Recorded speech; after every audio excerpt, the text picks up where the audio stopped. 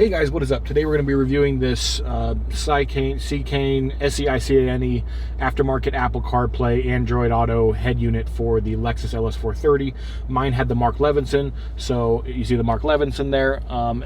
That means this is going to be a little bit different layout than the other option if you didn't have Mark Levinson. I believe the vents are in different places or something, I'm not sure. Also, I'm going to link this down below. It'll be an affiliate link. If you do click it, I get a commission, but you can just search it if you want. You don't have to give me a commission. But if you find the video helpful at the end of the video, you can use my link and buy it if you want. But I looked around when I was going to buy one of these, and I couldn't find the answer to some of my questions online and some of the reviews that I watched. So the first thing I'm going to do with this is I'm going to answer those questions at the very beginning of this review. First question: these automatic vents, they still work? They don't go out and in and out and in. They kind of parallelogramize each other. That's a real word. They move back and forth in unison. I guess that's the better way to put it in technical terms.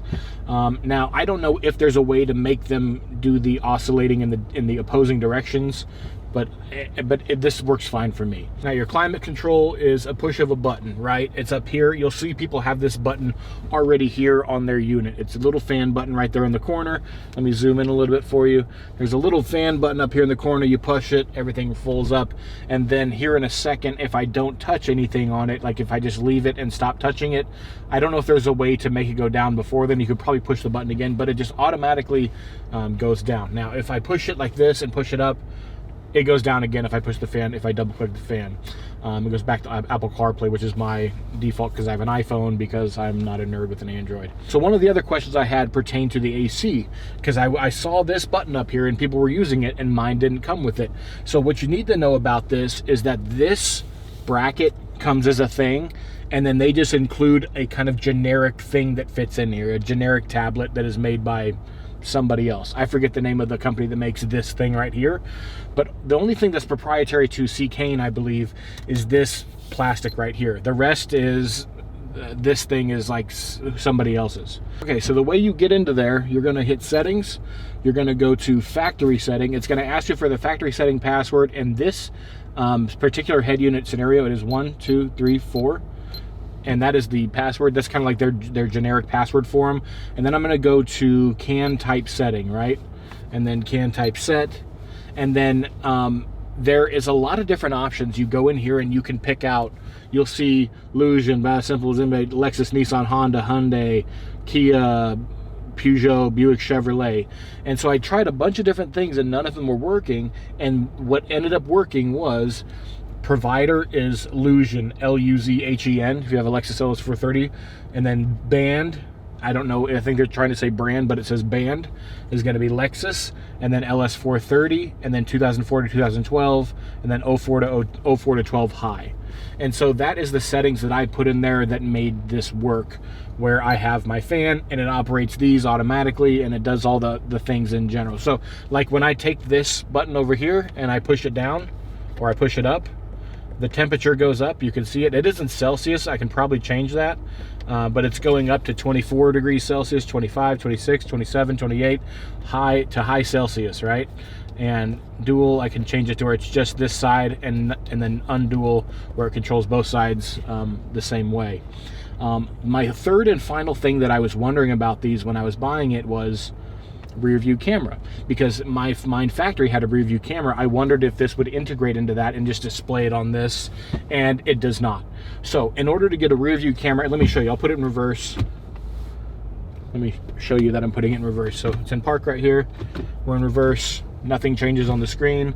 And that's a bummer. So if you want to get a LS430 with a rear view, if you want this and you want the rear view camera, you're going to have to buy a rear view thing and then plug it in. A few more things I can add to this that are going to be of value to you. Number one, Seicane sells and they sell this thing. It's like an Apple CarPlay adapter, like a USB adapter, and you'd think you would need it for CarPlay, but you did not. I bought one thinking that I would need it, and it showed up without it, and then I plugged my USB cord into the my USB to Lightning to the back of one of the USBs, and it works just fine. So I have my Apple CarPlay. So it's in this whole menu thing, it's Z-Link 5, and that pulls up Apple CarPlay, right? So then now I can go in, I can look at all my text messages, I can look at my phone calls, etc., etc., etc. I can go in here I can go to YouTube Music, and I can play, let's play some copyright-free music so you can hear copyright-free music. Let me go to my phone and find some.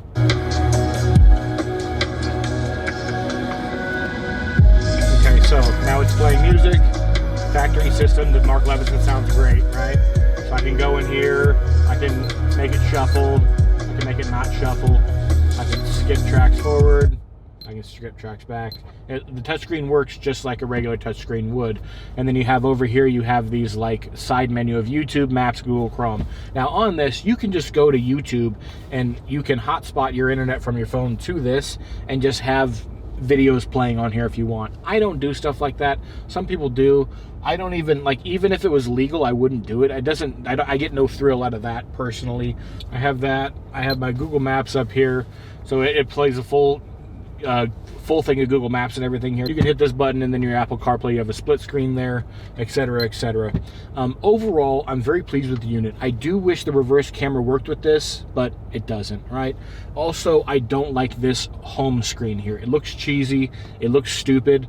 I immediately have it when I come in and plug the phone in. Like, I plug my phone in via USB. I don't do wireless CarPlay, although you can do wireless CarPlay with this. I plug in my phone to USB.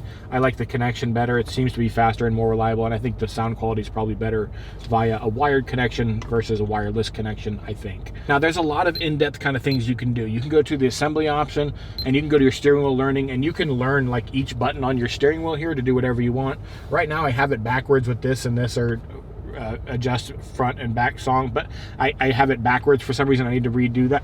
I need to relearn that, but I haven't done that yet. Again, CAN bus settings, you can go in there and change your CAN bus to whatever car you want.